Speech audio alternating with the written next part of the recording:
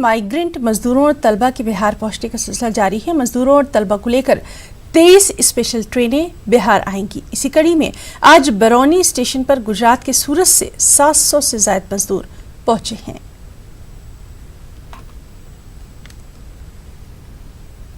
परेशानी ये हुआ कि एक टाइम खाना दिया है सिर्फ, और पानी के बिना तो सब कोई मर रहा है। एक ही बोतल सिर्फ पानी दिया है अभी तक 36 घंटा के अंदर में, और कहीं नीचे भी नहीं उतरने दिया। और हम लोग पानी के बिना बेहाल हैं।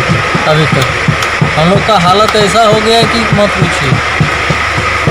टिकट कितना लगा था? 750 रुपया टिकट दिए।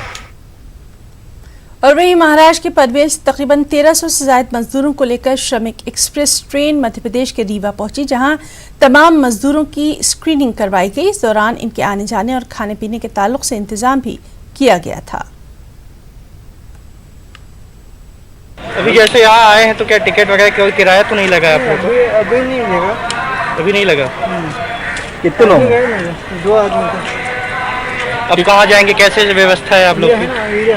बस है ना। बस। आज ये पनवेल से चल के महाराष्ट्र वाली जो ट्रेन आई है, इसमें करीब 1300 लोग आए हैं जो मध्य प्रदेश के विभिन्न ज़िलों के हैं। इनमें से 316 लोग जो हैं वो रीवा के रहने वाले हैं, और बाकी अन्य लोग अलग अलग ज़िलों के हैं, जिसमें से हर संभाग के हैं। शहडोल संभाग, रीवा संभाग और ग्वालियर संभाग, सभी संभाग के हुआ। तो मैं गर्व के साथ कह सकता हूँ कि सिक्योरिटी फोर्स के लिए बात कामयाबी है, पुलिस के लिए कामयाबी है, और आवाम को भी इससे राहत मिलेगी।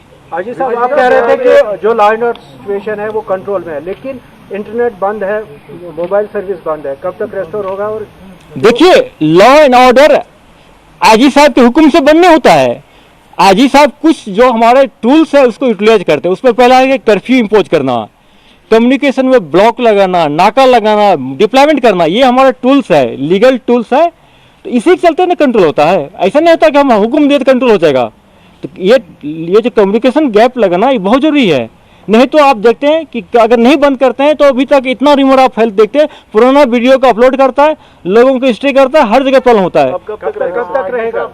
बहुत जल्दी कंट्रोल कर लेंगे, हम लोग कर लेंगे, फिर खोल देंगे, कोई बड़ी बात नहीं है। साहब, क्या रियाज नायकू के जाने से माना जाए कि लीडरशिप जो है वो वाइप आउट हुई? और दूसरी बात, क्या रियाज नायकू टनल्स का इस्तेमाल करता था आने जाने के लिए या फरार होने के लिए? कोई टनल का अभी तो कोई रिपोर्ट नहीं है, लेकिन उसका अपने एरिया में, लोकेलिटी में काफी हाइडआउट था।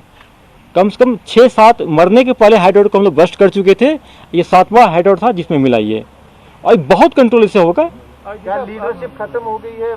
ऑब्वियसली जो उसका मोस्ट जो एक्सपीरियंस लॉन्ग हैंडल लीडरशिप खत्म हो चुका था। उसका सिर्फ कारी यासी मर गए, जैस का भी हो गया है, एजीएच की हो गया है, लेकिन लीडरशिप तो बनते रहता है।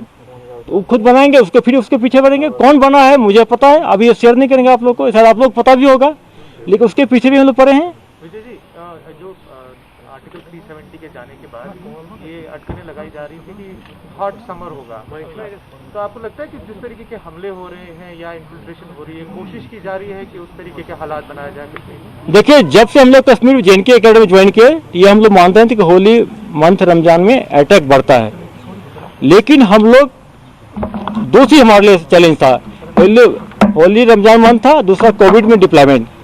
मेरा मैक्सिमम फोर्स लगा है कोविड डिप्लॉयमेंट में लगा है, लेकिन इस सिचुएशन के रहते हुए हम लोग प्लानिंग किए हुए थे, अभी भी किए हैं, उस पर जारी है कि एंटी टेररिस्ट ऑपरेशन को हम लोग लॉकडाउन नहीं करेंगे, इसमें तेजी लाएंगे, करते रहेंगे। One last question Vijay ji, हमने देखा कि पहले सिर्फ एफसी जो होते थे उनकी बॉडी आप खुद दे जाते थे, लेकिन अब जो सिविलियंस हैं उनकी बॉडी को भी उनके परिवार को नहीं दिया जा रहा है। इसका क्या रीजन क्या है? अचानक से चेंज चल रही है। हंदवाड़ा जो अटैक में एक अनफॉर्चुनेटली एक लड़का जो मेंटेनेंस था उसको गोली लग गया था।